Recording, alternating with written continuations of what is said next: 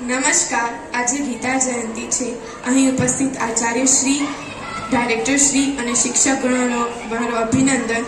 અહીં આજે ગીતાની એક કૃષ્ણ અને અર્જુન વચ્ચેના સંવાદની કૃતિ રજૂ કરાય છે. તેમને શાંતિથી નિહાળો.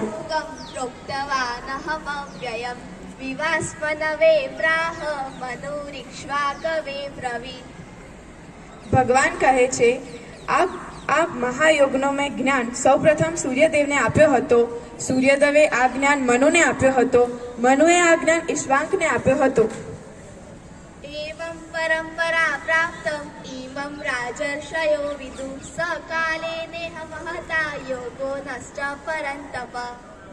ભગવાન કહે છે કે આવી રીતે આ મહાજ્ઞાન પરંપરાઓથી રાજાઓને પ્રાપ્ત થતું રહ્યું છે, પરંતુ સમય જતા આ જ્ઞાનનું નષ્ટ થયું છે.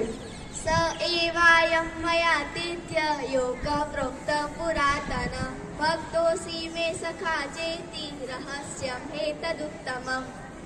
ભગવાન કહે છે કે આવો રહસ્યમય જૂનો અને પુરાતન ગ્રંથનો જ્ઞાન હું આજે તને કહીને જણાવું છું, કારણ કે તું મારો પ્રિય ભક્ત અને મિત્ર છે. અપરમ ભવત જન્મ પરમ જન્મ વિવસ્વત કાથમેત દ્રિજ્યાની યાતો માધવ પ્રોક્તવાની. અર્જુન કહે છે કે હે માધવ, તમે અર્વાચીન કાળમાં જન્મ્યા છો અને સૂર્યદેવ પ્રાચીન કાળમાં જન્મ્યા છે. તો પછી હું કેવી રીતે માનું કે તમે આ વિધાનોનો ઉપદેશ સૂર્યદેવને આપ્યો હતો? બહૂની મે વ્યતીતાની જન્માની તવ ચાર્જુન તાન્યહમ વેદ સર્વાણી નત્વં વેદ્યં પરંતપ.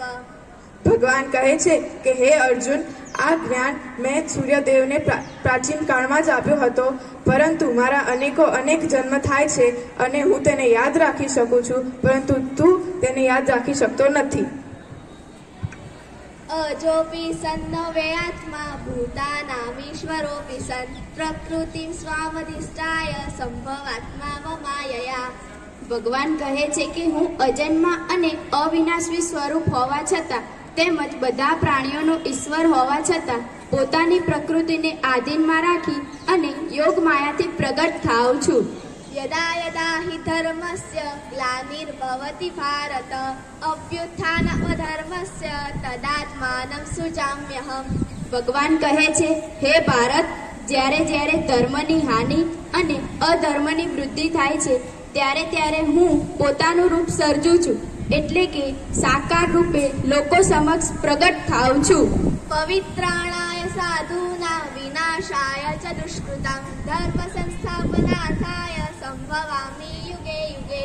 ભગવાન કહે છે કે સાધુ પુરુષોનો વિદ્વાન કરવા માટે, પાપ કર્મ કરનારાઓનો વિનાશ કરવા માટે અને ધર્મની સમ્યક રીતે સ્થાપના કરવા માટે હું યુગે યુગે પ્રગટ થાઉં છું. જન્મ કર્મ ચ મે દિવ્યમ એવં યો વેત્તિ તત્વત તાન્યહમ વેદ સર્વાણી નત્વં નૈતિ મામેતિ સોર્જુન. ભગવાન કહે છે, હે અર્જુન, મારા જન્મ અને કર્મ દિવ્ય અર્થાત નિર્મળ અને અલૌકિક છે. એમ જ જે માણસ તત્વથી જાણી લે છે તે પોતાનો દેહ છોડી પુનઃ જન્મ પામતો નથી. વીતરાગ ભય ક્રોધા મન્મયા મામુપાશ્રિતા બહવો જ્ઞાન તપસા પૂતા મદ્ભાવમાગતા. ભગવાન કહે છે કે જેમના રાગ, ભય તથા ક્રોધ સંપૂર્ણપણે નાશ પામી ચૂક્યા હતા, તેમજ જેઓ મારામાં અનન્ય પ્રેમ ભાવે સ્થિત રહેતા હતા, એવા મારા આશ્રયે રહેનારા ઘણા ભક્તો જ્ઞાનરૂપી તપ વડે પવિત્ર થઈને મારું સ્વરૂપ પામી ચૂક્યા છે. યે યથા મા પ્રપદ્યન્તે તાંસ્તથૈવ ભજામ્યહમ મમ વર્તમાનુવર્તન્તે મનુષ્યા પાર્થ સર્વસ.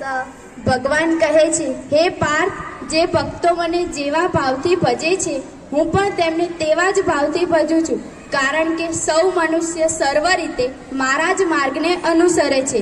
અસ્તુ.